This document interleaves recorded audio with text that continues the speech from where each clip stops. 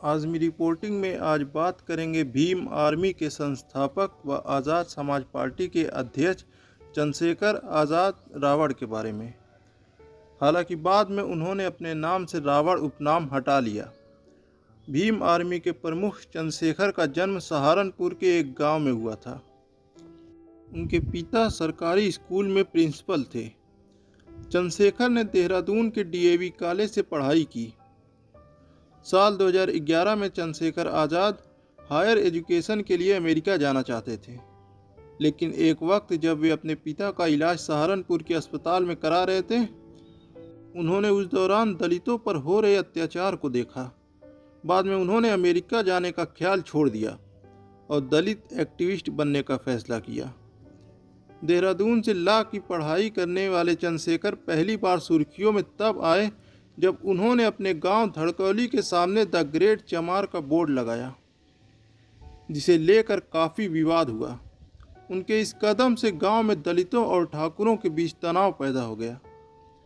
चंद्रशेखर कहते हैं कि इलाके में वाहनों तक पर जाति के नाम लिखे होते हैं, जैसे द ग्रेट राजपूत, राजपूताना। इसीलिए हमने भी द ग्रेट चमार का बोर्ड लगाया। इससे उनको क्या दिक्कत हो रही है? चंद्रशेखर ने फेसबुक और व्हाट्सएप के जरिए लोगों को भीम आर्मी से जोड़ने का काम किया। भीम आर्मी एक बहुजन संगठन है जिसे भारत एकता मिशन भी कहा जाता है। सामाजिक रूप से देखा जाए तो दलितों और राजपूतों के बीच उनके वर्चस्व को लेकर लड़ाई सदियों से चली आई है। इसीलिए साल 2015 में चंद्रशेखर आज़ाद द्वारा भीम आर्मी नामक इस संगठन की शुरुआत हुई। भीम आर्मी का मुख्य उद्देश्य दलितों को समाज में बराबर का हिस्सा दिलाना है। उनके साथ जिस तरह से छुआछूत किया जाता है उसे खत्म कराना है। भीम आर्मी दलितों के लिए स्कूल व कॉलेज खोलने का काम भी करती है। भीम आर्मी के अध्यक्ष चंद्रशेखर ने अपनी ताकत उस वक्त दिखाई जब नई दिल्ली के जंतर मंतर पर पुलिस कार्रवाई के खिलाफ प्रदर्शन किया था। 5 मई 2017 को सहारनपुर के शब्बीरपुर गांव में राजपूतों और दलितों के बीच हिंसा हुई। इस हिंसा में कथित तौर पर 25 दलितों के घर जला दिए गए थे और एक शख्स की मौत हो गई थी। इसके 4 दिन बाद सहारनपुर में दलितों के प्रदर्शन हुए।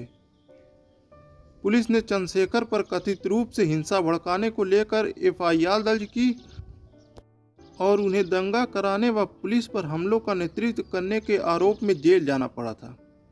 इसके कुछ ही दिनों बाद इलाहाबाद हाईकोर्ट ने उन्हें सभी मामलों में जमानत दे दी।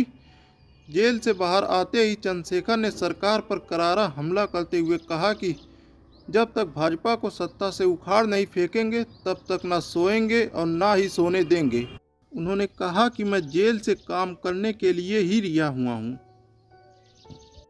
15 मार्च 2020 को चंद्रशेखर ने स्वयं की एक राजनीतिक पार्टी की घोषणा की। उन्होंने अपनी पार्टी का नाम आज़ाद समाज पार्टी घोषित किया। 2021 यूपी पंचायत चुनाव में जिस तरह से चंद्रशेखर की आज़ाद समाज पार्टी ने दस्तक दी है, उससे साफ पता चलता है कि आने वाले वक्त में दलितों की सबसे बड़ी पार्टी बनकर उभरेगी।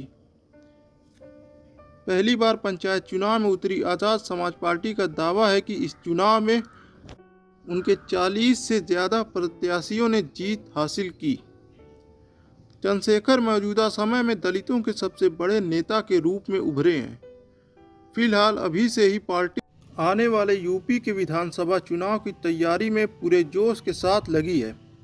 देखना ये होगा कि पार्टी कितने सीटों पर अपना उम्मीदवार खड़ा करती है और उनमें से कितनों को जीत दर्ज कराने में कामयाब होती है।